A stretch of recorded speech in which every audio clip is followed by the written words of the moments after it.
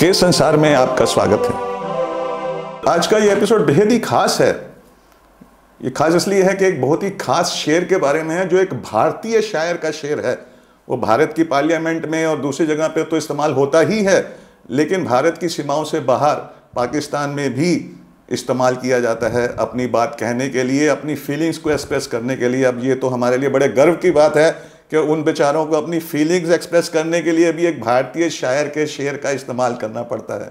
और हमारी खुशकिस्मती ये है कि आज वो शायर जिन्होंने वो शेर लिखा, उनके सुपुत्र श्री नैयर जाफरी साहब हमारे साथ हैं और उसी शेर के बारे में और उनके वालिद साहब के बारे में हम लोग बात करेंगे। तो आइए जाफरी साहब, शेर हो जाए। हमारी ऑडियंस को हमारा नमस्कार। और कमल जी ने आज मुझे यहाँ बुलाया। हाँ, ये बात सही है आपका कि ये शेर जो है बहुत ही मशहूर और मारूफ शेर है, जो आए दिन पार्लियामेंट में पढ़ा जाता है। ट्विटर पे भी इसका मेंशन होता है, बहुत लोग इसको मेंशन करते हैं। लेकिन अफसोस ये है कि सही शेर जो है, अच्छा, सिर्फ ये हमारी ही पार्लियामेंट में इसका इस्तेमाल नहीं हुआ है, मतलब एक भारतीय शायर का शेर है ये, और लेकिन भारतीय संसद में इस्तेमाल हुआ है, पॉलिटिकल रैलीज में इस्तेमाल हुआ है। जब भी किसी को अपनी कोई नाराजगी जाहिर करनी है तो इस शेर का उसने इस्तेमाल किया है। लेकिन ये सिर्फ हमारे देश में ही इस्तेमाल नहीं हुआ है, पाकिस्तान की पार्लियामेंट और दूसरी जगह पे भी इस्तेमाल हुआ है। मैं बताऊंगा। यस, हाँ, दैट इज राइट। लेकिन पहले आप शेर सुना डालिए बस, ताकि हाँ, पता चले कि हम किसके बारे में बात कर रहे हैं। चलिए जरा पहले शेर हो जाए। पहले वो मैं शेर सुनाता हूँ जो मेरे वालिद का है। हाँ, इनके पिताश्री का शेर है। तू इधर उधर की बात न कर, ये बता कि काफिला क्यों लुटा। तू इधर उधर की बात न कर, ये बता कि काफिला क्यों लुटा। मुझे रहजनों से गिला नहीं, तेरी रहबरी का सवाल है। वाह, क्या एक बार और हो जाए, एक बार और कर। तू इधर उधर की बात, तू इधर उधर की न बात कर, ये बता कि काफिला क्यों लुटा। मुझे रहजनों से गिला नहीं, तेरी रहबरी का सवाल है। आई होप हमारी ऑडियंस में इतना तो कोई कठिन उर्दू नहीं है कि वो ना समझे। सबसे बड़ी बात है कि ये शेर सबने सुना हुआ है, 50 बार रिपीट किया हुआ है, लेकिन किसी को ये नहीं पता कि ये शेर किसका है। शुक्र है कि किसी ने गालिब के नाम में नहीं डाला। अरे सर, आप गालिब की बात कर रहे हैं, लोग तो अपने नाम से इसको दे दे रहे हैं। हाँ, इस बारे में मुझे एक बात याद आ गई कि जावेद अख्तर साहब ने पिछले एक इंटरव्यू में बताया, कहते मैं एक बार एयरपोर्ट पे बैठा था, अपनी फ्लाइट का इंतजार कर रहा था कि एक लेडी आई और मेरे को कहती है, नमस्ते जावेद साहब, आपका दीवाने गालिब आ गया क्या? विदाउट अंडरस्टैंडिंग के। तो हाँ, तो वो ये चीजें चलती रहती है। लेकिन शेर सबको मालूम है, लेकिन ये नहीं मालूम कि ये शेर किसका है। वो शेर इनके पिताश्री, इनके वालिद साहब का है। आप उनका नाम बताइए। शहाब जाफरी का शेर है, जो दिल्ली यूनिवर्सिटी में प्रोफेसर थे और जदीद शायरी के एक पिलर थे। वो उस ज़माने के उनके जितने भी दोस्त लोग रहे हैं, जवानी के नौजवानी के दोस्त, बहुत से लोग बम्बई आ गए, गीतकार बन गए, शायरी भी करते रहे और वो लोग गीत भी लिखते रहे। दोनों में फ़र्क है, दोनों के जॉनर्स में फ़र्क है। वो बताइए। लेकिन डैडी ने नहीं किया।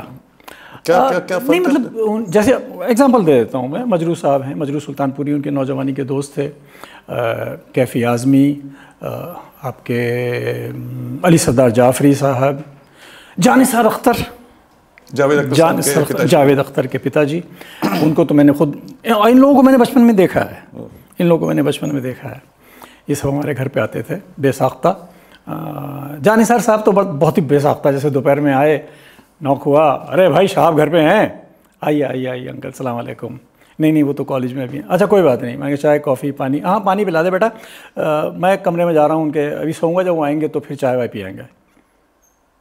शाम हुई तो चाय कौन पीता है?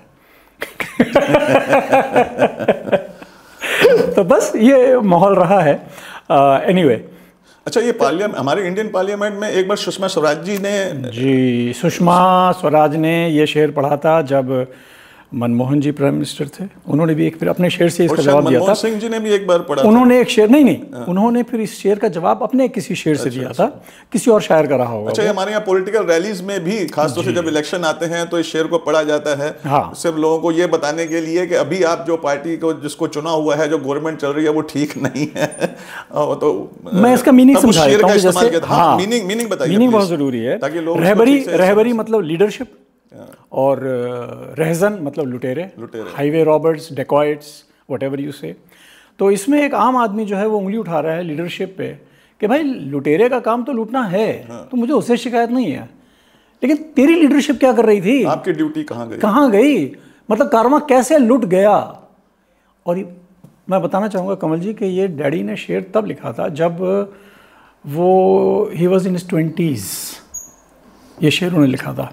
और इंडियन पार्लियामेंट में सबसे पहले ये डॉक्टर मतलब मौलाना अबुल कलाम आज़ाद जी। जो हमारे पहले एजुकेशन मिनिस्टर थे, उन्होंने ये पढ़ा था नेहरू के सामने। उनको मतलब एक तरह से ये वार्निंग दी थी कि ध्यान रखना कारवां लूटने ना पाए तुम्हारी नहीं तो लीडरशिप पे सवाल आ जाएगा। और ये चीज़ जो है पार्लियामेंट गैजेट में मेंशन्ड है, वहीं से इन लोगों ने शेर उठाया है। और संजय सिंह जो है आम आदमी पार्टी के, वो कितनी बार पढ़ते हैं। अफसोस तो ये है कि लोग शायरी की जो नुक्ते तक होते हैं उनको नहीं समझ पाते हैं। अब देखिए, तू इधर उधर की ना बात कर, ऐसे कहें ये असली शेर है। और अगर हम ये लाइन कहें तू इधर उधर की बात ना कर, उसमें अलग बहुत फर्क है। सब फ्लेवर ही चेंज हो जाता है, फ्लेवर ही चेंज हो जाता है एकदम। और फिर सुषमा जी ने तो ये पढ़ दिया था कि मुझे रहजनों से गिला तो है, तेरी रहबरी का सवाल आ रही है, क्या बात हुई? मतलब रहजनों से नहीं, मतलब उसके लिए दोष नहीं दिया जा सकता। बेसिकली क्या है कि वो बात कहना चाहती थी, हाँ, तो उन्होंने कहा ये थोड़ा सा हो जाता है। हाँ, ये वहाँ भी कहा गया है। अच्छा, मैं यहाँ एक थोड़ा सा आपने एक बार बात की थी तो मैं याद दिलाना चाहूँगा, उस बारे में आप ज़रूर बात करिए कि आपने बताया था कि ये शेर ठीक है एक भारतीय शायर का शेर है और हमारे यहाँ हमारे भारत में हमारी पार्लियामेंट में या हमारी पॉलिटिकल रैलीज में इस्तेमाल किया जाता है, वो अलग बात है। लेकिन पाकिस्तान वाले भी इसका इस्तेमाल करते हैं, उन्होंने भी अपनी पार्लियामेंट या दूसरी जगह पे कुछ आपने बताया था, वो बताइए आप प्लीज़। पार्लियामेंट में नहीं, ये बात मुझे वहाँ से किसी से पता चली थी कि ये शेर सुप्रीम कोर्ट, जो उनका सुप्रीम कोर्ट होता है, चीफ जस्टिस होता है उनका, आपको याद होगा कि कोई केस उनका हुआ था जिसमें नवाज शरीफ को विकीलीक्स या पैनामा लीक्स या क्या था, मतलब जो भी रहा कुछ था, क्योंकि हमारा उसको सजा सुनाई थी। हमारा मतलब तो हाँ, उसको सजा सुनाई थी। तो सुप्रीम कोर्ट के जस्टिस, चीफ जस्टिस ने जिसने सजा सुनाई थी, उसने ये शेर कोट किया था और अपनी जजमेंट सुनाते वक्त उसने ये कहा और उसने ये एंटर किया, तो इधर उधर की ना बात कर, ये बता कि काफिला क्यों। मतलब उसका कहने का मतलब ये था कि यू आर द कल्प्रिट। हाँ, मतलब आप जब आप ड्यूटी है आपकी, तो आप इधर उधर के एक्सक्यूजेस मत ढूंढिए, एक्सक्यूजेस की लिस्ट मत बताइए हमें, आपकी ड्यूटी थी, आपने करनी थी, आपने की, क्यों नहीं की, वो बात है, वो बताइए। और इसी बात पे उसने उसको सजा सुनाई थी। तो वहाँ पे अच्छा, पाकिस्तान के बहुत से मौलाना भी हैं, मैंने यूट्यूब में देखा, क्योंकि मैं एक्चुअली सर्च कर रहा था कि कोई तो भला नाम दे दे भाई अब्बा का, किसी ने नहीं दिया। वहाँ के मौलाना लोग 20 सेकंड का वीडियो बना देते हैं, वो पढ़ दिया ऐसे और ऐसे पढ़ा, इतने गर्व से सीना ऊंचा करके ऐसे पढ़ा, इतने कॉन्फिडेंस के साथ पढ़ा कि जैसे उन्हीं का है। भाई क्या जाता है यार, अगर शायर का नाम दे दोगे हो सकता है कि उस बात का इल्म ही ना हो। नहीं तो करना चाहिए। हाँ, करना चाहिए, इसीलिए हम ये प्रोग्राम रिसर्च तो करनी चाहिए। हाँ, इसी बात पे मैं एक बात कहूँगा, 2019 के जब इलेक्शन हुए थे उसके रिजल्ट आ रहे थे, तो अभिसार शर्मा बहुत अच्छे जर्नलिस्ट एक हैं, वो अपना प्रोग्राम करते थे, उन्होंने रिसर्च करके अपने उस प्रोग्राम में उन्होंने अपना ये शेर पढ़ा, उसका कैप्शन दिया, अब्बा का नाम दिया। ये एक अच्छी बात की उन्होंने जी। और ये आपने अच्छा किया कि उनका रेफरेंस दिया, उन्हें क्रेडिट दिया कि उन्होंने रिसर्च करके आपके अब्बा का नाम। बिल्कुल। और मैंने फिर उसको उनके चैनल वगैरह पे जा करके उसको मैंने शुक्रिया अदा किया उसका। अच्छा, फिर एक प्रोग्राम TV9 चैनल, TV9 हाँ है चैनल है, और उसमें एक सुमेरा खान करके हैं, उन्होंने एक पूरा एपिसोड किया था। ओके। तो उन्होंने पूरा एपिसोड किया था, तो उन्होंने किसी और से बात की कि मुझे इसके बारे में दरियाफ्त करना है, तो वो चांस के बाद मेरा दोस्त था, तो उसने फिर मेरा नंबर उनको दिया कि आप इनसे बात कर लीजिए इस शेर के बारे में। तो she had called me up, तो उन्होंने भी एक प्रोग्राम किया था और यही कहा था जो हम बात आज कर रहे हैं कि देखिए ये शेर ट्विटर में भी यूज़ होता है, पार्लियामेंट में भी पढ़ा गया है, कितने लोग इसको कोट करते हैं, गलत सलत कैसे भी करते हैं, लेकिन नाम कोई नहीं देता और शायद किसी को नहीं पता होता नाम क्या है। तो आज मैं आपके सामने ये जाहिर करूँगी सुमेरा खान के अल्फाज कि ये शेर जनाब शाहब जाफरी साहब का है। अच्छा, एक बार आपने बताया था कि उन्होंने कुछ पाकीज़ा फिल्म में कुछ छोटा सा रोल किया था, कोई बात नहीं, बता दीजिए क्या कोई है भाई, आज आप एक्टर हैं ना, आप एस्टेब्लिश एक्टर हैं, टीवी सीरियल्स कर रहे हैं, फीचर फिल्म में काम किया आपने, साबरमती रिपोर्ट में इतना बड़ा अपना किया है, अभी और कर रहे हैं, तो मतलब जीन्स तो वहीं से आए ना। जी, वो पौधा पूरा वहाँ नहीं खिला, यहाँ खिल गया ना। जी। वो बताइए क्या इंसिडेंट। अब मैंने जैसे कुछ शायरों के नाम लिए थे, तो उसमें मैं कमाल अमरोही साहब का नाम लेना भूल गया था।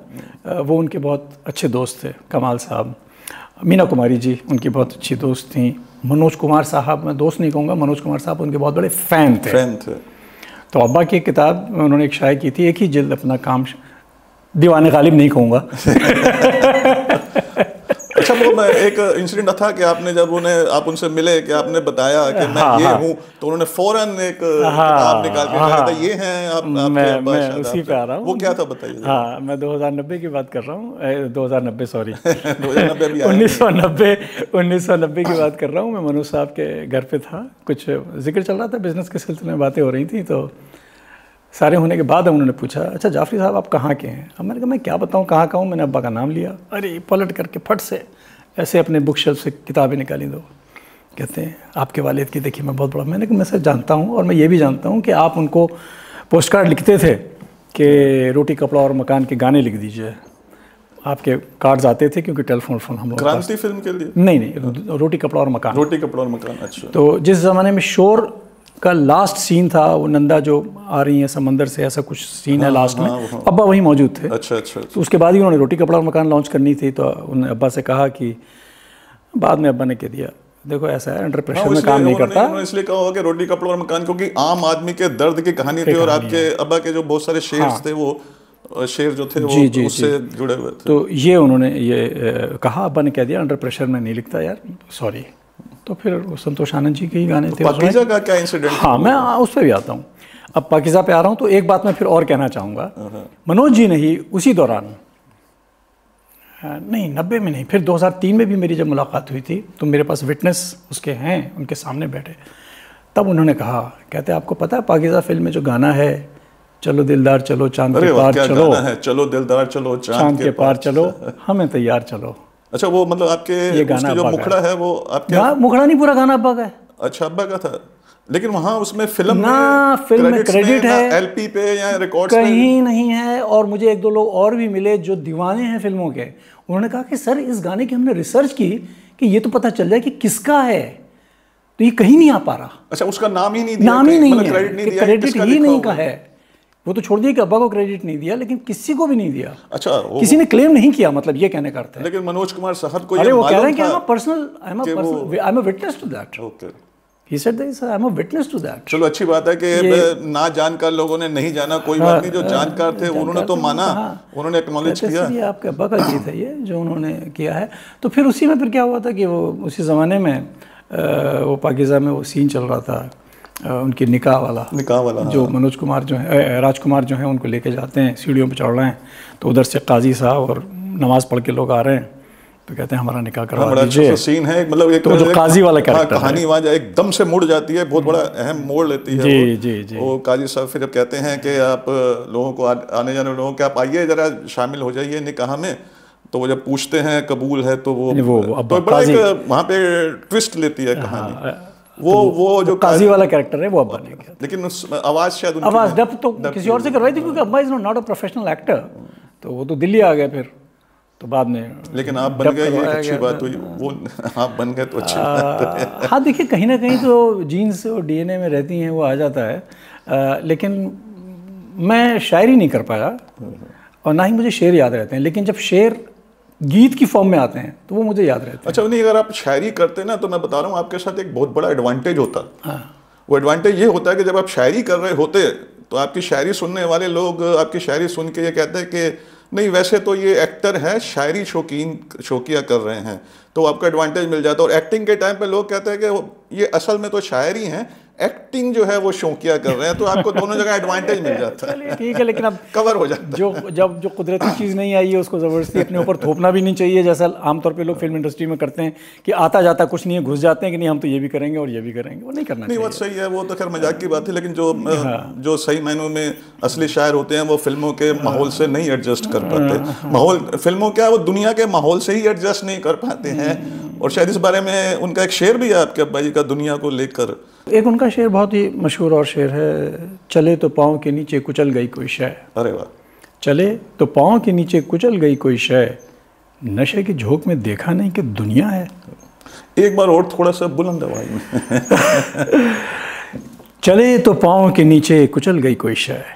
चले तो पाँव के नीचे कुचल गई कोई शय। शय सॉफ्ट साउंड है।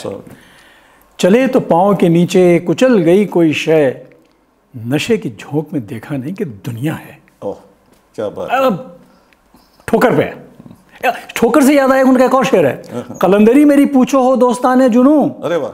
कलंदरी मेरी पूछो हो दोस्ताने जुनू, हर आस्था मेरी ठोकर से जाना जाता है। आस्था मतलब होती है चौखट। चौखट। और मैं इतना बड़ा कलंदर हूँ, तुम क्या पूछ रहे हो? मतलब दोस्त लोग हो, तुम मेरी कलंदरी को क्या पूछ रहे हो भाई? किसी भी चौखट पे चले जाओ, वो मेरी ठोकर से जाना जाता है। मतलब मैं चौखट, हर किसी चौखट पे ठोकर मारता हूँ, मैं जाता नहीं किसी की चौखट पे। बात भी सही है कि मैं काम करूंगा तो अपनी डिग्निटी को मेंटेन करके करूंगा, उसके बाहर जाके क्यों करूंगा भाई? 3 इडियट्स का डायलॉग है ना, काबिल बनो कामयाबी अपने आप ही आ जाएगी। नहीं वो तो खैर अपनी जगह है वो। नहीं अच्छा है। और ये अच्छी बातें हुई सारी। और सबसे बड़ी बात यह है कि यही बहुत ज़रूरी था कि लोगों को पता तो चले कि ये जो शेर है जिसे वो दुनिया भर के लोग अपने जगह जगह पर इस्तेमाल किए जा रहे हैं, वो है किसका। तो ये फ्रेंड्स, यही हमारा मकसद था आज के इस इंटरव्यू या पॉडकास्ट जो भी आप कहें। और हम इनका शुक्रिया अदा करते हैं। ये खुद एक कामयाब एक्टर हैं और प्रोड्यूसर डायरेक्टर भी रहे हैं, पर आजकल एक्टर के तौर पे बहुत अच्छा काम कर रहे हैं। और इनसे विदा लेने से पहले एक बार हम फिर से इनसे गुजारिश करेंगे कि एक बार फिर से वो शेर हो जाए, चलिए, जिसको लेकर ये सारा नहीं, जाते जाते मैं चलिए शेर तो पढ़ दूंगा, लेकिन मैं भी आपका शुक्रिया अदा करना चाहूँगा कि आपने ये एक प्लेटफॉर्म क्रिएट किया हुआ है, एक प्लेटफॉर्म मुझे दिया है, इस पे मौका दिया है कि मैं इस बात को पब्लिक तक मैं पहुँचा सकूँ। बिल्कुल, हमें के संसार का मकसद ही यही है कि बहुत सारी वो बातें जो रूटीन है वो ना हो करके वो हों जो अच्छी हैं और ज़रूरी हैं, होनी चाहिए जी। और सब पता चले। यूट्यूब पे मैं सर्च किया, सिर्फ टाइप किया तो इधर उधर की बात ना कर, तो जितने भी जहाँ जहाँ पे मेंशन हुआ था वो सब आ गया था, वो सब आ गया था। और देखा मैंने तो बड़ा अफसोस हुआ कि कोई भी, तो हर जगह जा कर के मैंने कमेंट में ही किया, लेकिन ठीक है, किसी ने उसका कमेंट में ही शुक्रिया अदा किया कि सर आपने बताया, बहुत शुक्रिया आपका, वगैरह वगैरह। लेकिन ये दो जन का आपने नाम लिया कि उन लोगों ने रिसर्च करके बकायदा नाम लिया। एक तो अभिसार शर्मा और दूसरा क्या नाम बताया? सुमेरा खान, TV9 की। तो ये अच्छी बात है कि उन लोगों ने इनका शुक्रिया अदा करना भी चाहूँगा मैं इसी प्लेटफॉर्म पे। ये बहुत ज़रूरी है, अगर वो कभी देख पाएँ या उन तक की कोई बात खबर पहुँचा पाए, देख पाएंगे। और ज़रूरी था, उन्होंने किया, ये एक बहुत अच्छी बात है। जी जी जी जी। तो अब आखिर में एक बार फिर से वो शेर हो जाए। तो ये शेर मैं हमारी ऑडियंस को मुखातिब हो के कहूँगा। बिल्कुल। कि तू इधर उधर की बात ना कर, ये बता कि काफिला क्यों लुटा। तो इधर उधर की, देखिए मैं गलत पड़ गया था ना को मैंने इधर से उधर कर दिया। वो ऐसा होता है कि वो कहते हैं ना कि आप एक बात को बार बार कहो तो गलत बात भी फिर वो वही सही लगने लग जाती है। जैसे आजकल मैंने फिर उसके बाद ये करी, मतलब करी वो हो गया है, वो की का भूल चुके हैं अब हर जगह वो करी। हाँ, मैंने उससे मुलाकात करी, अब वो करी ही हो गया है, हर जगह आप लोग करी ही बोल रहे हैं, वही सही लगने लग गया। हो सकता है कि आप कोई की बोले तो वो गलत लगे लेकिन खैर आप सही बोलिए। तो इधर उधर की न बात कर, ये बता के काफिला क्यों लुटा। तो इधर उधर की न बात कर, ये बता के काफिला क्यों लुटा। मुझे रहजनों से गिला नहीं, तेरी रहबरी का सवाल है। वाह। तो फ्रेंड्स, यही हमारा मकसद था आज के इस प्रोग्राम का, ताकि लोगों को पता चल सके इनके बारे में, इनके वालिद साहब के बारे में, उस शेर के बारे में, उस शेर को लिखने वाले के बारे में, जो असल में एक भारतीय शायर का शेर है, लेकिन भारत की सीमाओं से बाहर निकलकर पाकिस्तान और दूसरी जगहों पर भी इसका इस्तेमाल किया गया है, समय की सीमाओं से बाहर निकला है, एक क्लासिक है। तो इन्होंने अपना वक्त निकाला, उसके लिए हम इनका शुक्रिया अदा करते हैं और आप सबका भी शुक्रिया अदा करते हैं कि आपने समय निकाल कर ये प्रोग्राम देखा। Thank you very much. के संसार के साथ आप अपना प्यार इसी तरह बनाए रखें और हम आपके लिए ढेर सारा बॉलीवुड और ढेर सारी कहानियां लाते रहेंगे।